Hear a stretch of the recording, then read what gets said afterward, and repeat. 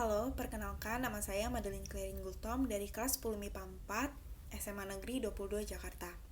Pada kesempatan kali ini saya akan menjelaskan tentang Kerajaan Kediri. Yang pertama adalah letak Kerajaan Kediri. Kerajaan Kediri terletak di Jawa Timur yang berpusat di Daha atau sekarang lebih dikenal dengan Kota Kediri. Lokasi Kerajaan Kediri ini bersumber dari salah satu prasasti yang berhasil ditemukan, yaitu Prasasti Pamuatan yang dikeluarkan oleh Raja Airlangga. Yang menarik adalah sebelum pusat ibu kota ini berada di Kota Daha, ternyata sebelumnya telah berada di wilayah Kahuripan. Hal ini berdasarkan isi prasasti tersebut yang dikeluarkan pada tahun 1042 dan berita serat calon arang. Selanjutnya adalah latar belakang sejarah Kerajaan Kediri. Pada tahun 1041, Raja Airlangga memerintahkan untuk membagi kerajaan menjadi dua bagian. Pembagian ini dilakukan oleh seorang Brahmana yang terkenal akan kesaktiannya, yaitu Empu Barada. Kemudian kedua kerajaan ini dipisahkan oleh Gunung Kawi dan Sungai Berantas. Kedua kerajaan ini yaitu Kerajaan Kahuripan dan Panjalu atau Kediri. Hal tersebut dikisahkan dalam Prasasti Mahaksubya, Kitab Negara Kertagama, dan Kitab Calon Arang. Tujuan dari pembagian kerajaan ini adalah agar tidak terjadi pertikaian. Sri Samarawijaya mendapatkan kerajaan bagian barat yaitu Panjalu, sedangkan Mapanji Garasakan mendapat kerajaan timur yaitu Jenggala. Selanjutnya yaitu sistem kepercayaan Kerajaan Kediri yaitu Hindu Shiva. Ada 4 alasan atau bukti yang membuktikan hal tersebut. Yang pertama yaitu Kerajaan Kediri terletak di daerah pedesaan dan bukan di pesisir, di mana pada umumnya masyarakat yang beragama Hindu tinggal di daerah pedesaan atau pedalaman dan bukan di pesisir. Yang kedua adalah arca yang ditemukan di desa Gayam Kediri itu tergolong langka karena pertama kalinya ditemukan Dewa Shiva Caturmuka, di mana Dewa Shiva ini adalah salah satu dewa dari agama Hindu. Yang ketiga adalah pada saat Raja Airlangga memerintahkan untuk membagi dua kerajaan yang dilakukan oleh seorang Brahmana yaitu Empu Barada, di mana kasta Brahmana ini adalah salah satu istilah dari agama Hindu. Yang keempat adalah Jayawarsa adalah raja pertama Kerajaan Kediri dengan prasastinya yang berangkat tahun 1104. Ia menamakan dirinya sebagai titisan Wisnu, di mana Dewa Wisnu adalah dewa dari agama Hindu. Selanjutnya adalah sistem perekonomian Kerajaan Kediri. Mata pencarian utama masyarakat Kediri yaitu bercocok tanam dan maritim. Pada saat itu mereka telah mengenal emas dan uang.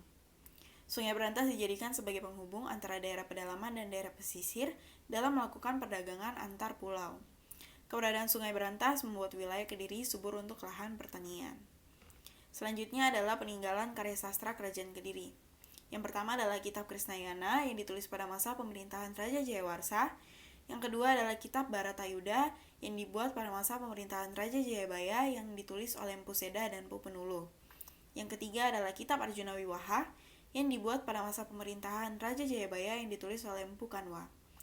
Kitab ini bercerita tentang kisah perkawinan antara Raja Airlangga dengan putri dari Kerajaan Sriwijaya. Selanjutnya adalah perkembangan pemerintahan Kerajaan Kediri. Kerajaan Kediri mencapai puncak kejayaannya pada masa pemerintahan Raja Sri Jayabaya, di mana Kerajaan Kediri ini terus meluas hampir ke seluruh daerah Pulau Jawa.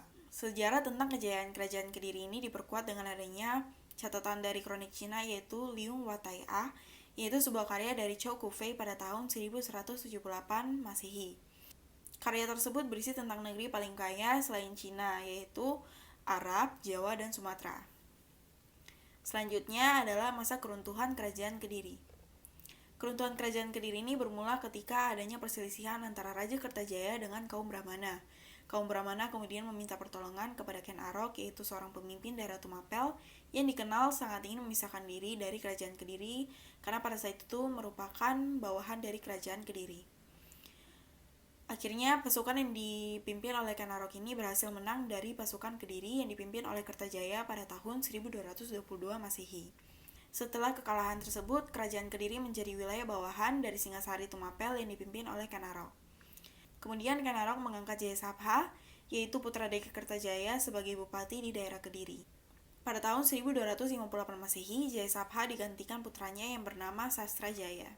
Kemudian pada tahun 1271 Masehi, Sastrajaya digantikan oleh putranya Jayakatwang.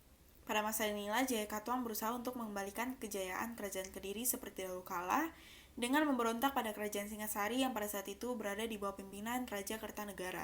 Akhirnya Raja Kertanegara berhasil terbunuh dan pasukan Kerajaan Singasari berhasil dikalahkan. Jaya Katuang berhasil mendirikan kerajaan Kediri yang telah runtuh. Namun sayangnya tak lama kemudian pasukan yang dipimpin oleh Raden Wijaya berhasil meruntuhkan kembali kerajaan Kediri, di mana Raden Wijaya ini adalah seorang menantu dari Raja Kertanegara yang telah terbunuh sebelumnya. Sejak saat itu akhirnya kerajaan Kediri benar-benar runtuh dan tidak dapat bangkit lagi. Sekian penjelasan dari saya tentang materi kerajaan Kediri. Saya mohon maaf jika ada kesalahan dalam berbicara, dan saya mengucapkan terima kasih atas perhatiannya.